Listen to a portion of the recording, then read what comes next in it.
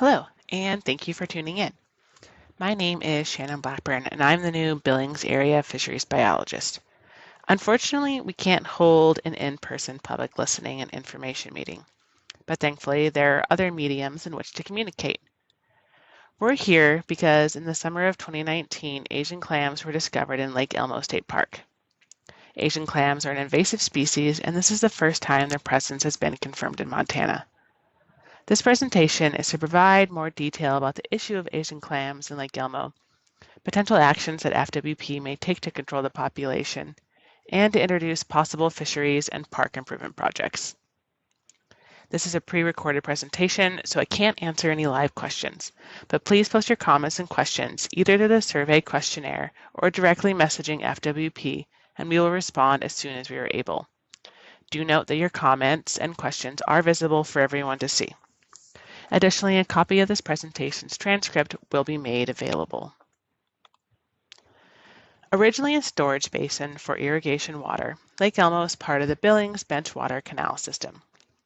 Lake Elmo became a Montana state park in 1983. The park is 126 acres, almost equally divided between land and water.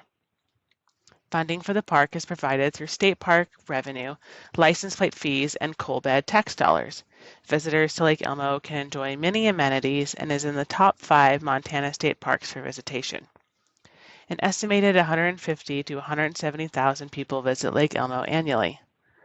Lake Elmo hosts several recreational activities throughout the year, including the Tails and Trails Pet Fun Run and the Big Sky State Games. Fishing is a very popular year-round activity at Lake Elmo.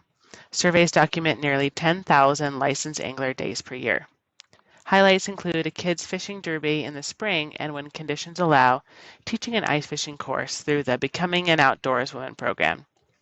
There are various fish species in the lake, both game and non-game, because Lake Elmo is connected to the Yellowstone River through the irrigation canal system. Additionally, FWP stocks trout species such as Yellowstone cutthroat trout and rainbow trout, as well as channel catfish, tiger muskies, and large and smallmouth bass.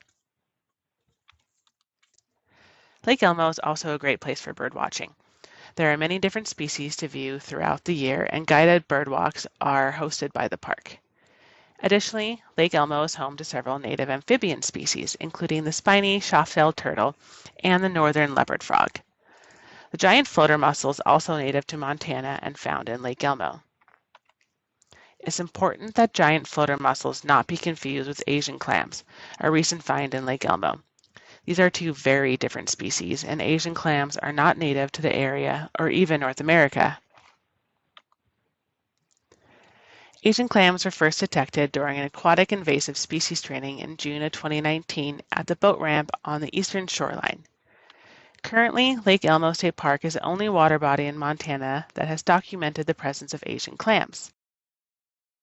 Shortly after the discovery, the AIS team conducted intensive surveys in the lake as well as up and downstream in the canals and in the nearby Rattlesnake Reservoir. Additionally, irrigators were asked if they noticed any clams in the ditches or around the head gate. The map pictured here depicts the 2019 sampling efforts. The black dots is where a sample was taken. The yellow crosses marks where dead clams were found, and red crosses is where we found a live specimen. The good news is that clams were only observed in Lake Elmo and found in relatively shallow water, with no reports from irrigators confirming clams. The bad news, though, is that both adults and juveniles were discovered in Lake Elmo. This suggests that Asian clams have likely reproduced in Lake Elmo and have been in the lake for at least a year, but we don't know for sure how long. Also, we do not know how Asian clams got into the lake. A couple plausible theories include an illegal aquarium dump, or juveniles were transported via a watercraft, fishing gear, and/or swimming and beach equipment. But again, we do not know how Asian clams got into the lake or how long they have been here. Before I talk about why Asian clams are problematic, especially here in Montana, I wanted to give everyone a brief background. Asian clams are bivalves, native to Eastern and Southern Asia. They are very small, with larvae so tiny you can't see them without a microscope. Adults grow to a maximum size of about 50 millimeters, which is approximately 2 inches. Like other bivalves, Asian clams are filter feeders, which means they eat small food particles such as zooplankton that are in the water or surrounding soil. In fact, compared to other freshwater bivalves, they have the highest rates of filtration, food consumption, and growth of any species. Asian clams prefer areas with lots of available food and oxygen, which restricts them mainly to near shoreline sandy and gravel places, which is pretty much all of Lake Elmo. Asian clams reach sexual maturity between the ages of 1 and 4 and can release a lot of offspring. There are estimates that one clam can produce over 1 million or more offspring in a lifetime. And it only takes one clam to start a population as they are hermaphroditic, which means that they can both self and cross-fertilize. Asian clams spawn in the spring when water temperatures approach 60 degrees Fahrenheit and typically reproduce twice a year. Asian clams can rapidly grow into large populations, even though sudden changes in temperature, oxygen, and pH can kill them off quickly. However, because of their life history traits, particularly how they reproduce, they can quickly repopulate an area, even after an entire population has nearly been wiped out. Additionally, these traits allow Asian clams to successfully live in habitats disturbed by human activity, such as channels and impoundments like Lake Elmo. The effects that Asian clams can have on ecosystems can be costly and devastating. Unlike the invasive zebra mussel, Asian clams do not attach to hard surfaces, but float through the water as juveniles before settling on the bottom. Because of their small size, Asian clams can easily float through screens and filtration systems, clogging and blocking irrigation canals, pipes, and other water intake systems. Asian clams have a high filtering capacity, which removes small particles in the water that are important food sources for other animals, such as fish, turtles, and native mussels. One important and unfortunate factor to note is that the clams can pass through a fish or turtle alive and undigested. Because of this, we can't relocate fish or turtles from Lake Elmo to surrounding areas like Josephine Lake because it is likely we would just spread the clams elsewhere. Asian clams also negatively affect water quality and can promote an increase in bacteria and plant growth, as well as cause harmful algae blooms. Also, Asian clams can accumulate in beach or swimming areas, and their shells are very, very sharp. So we know Asian clams are in Lake Elmo and we don't want them there. Moving forward, we need to act quickly as the opportunity to remove an aquatic invasive species is rare. Even controlling invasive species is a difficult endeavor. The intensive AIS surveys of 2019 found a high number of both dead, adult, and juvenile clams, suggesting that the winter of 2018 and 2019 was very harsh.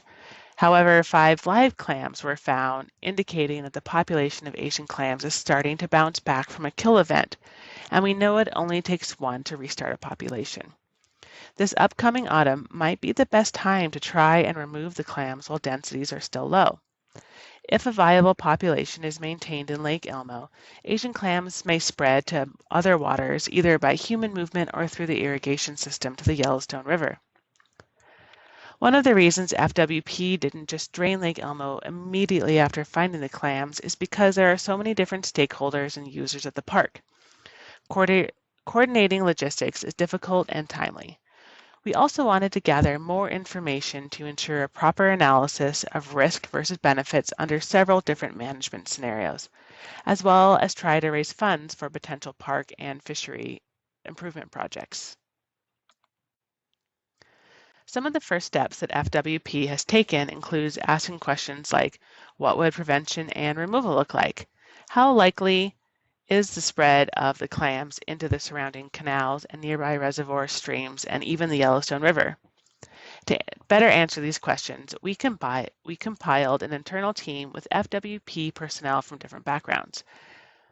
In addition to researching and reading about prior examples of Asian clam control attempts, we are working with individuals and organizations from around the country that have also dealt with similar situations.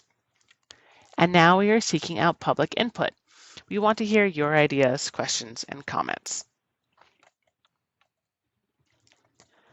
Some of the potential eradication strategies that FWP is considering is drawing down Lake Elmo.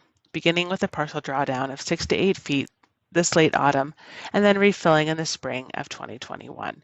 Depending on how that goes and what AIS surveys reveal later that spring, there's a possibility that Lake Elmo will need a complete drain starting in the late fall and winter of 2021 if needed.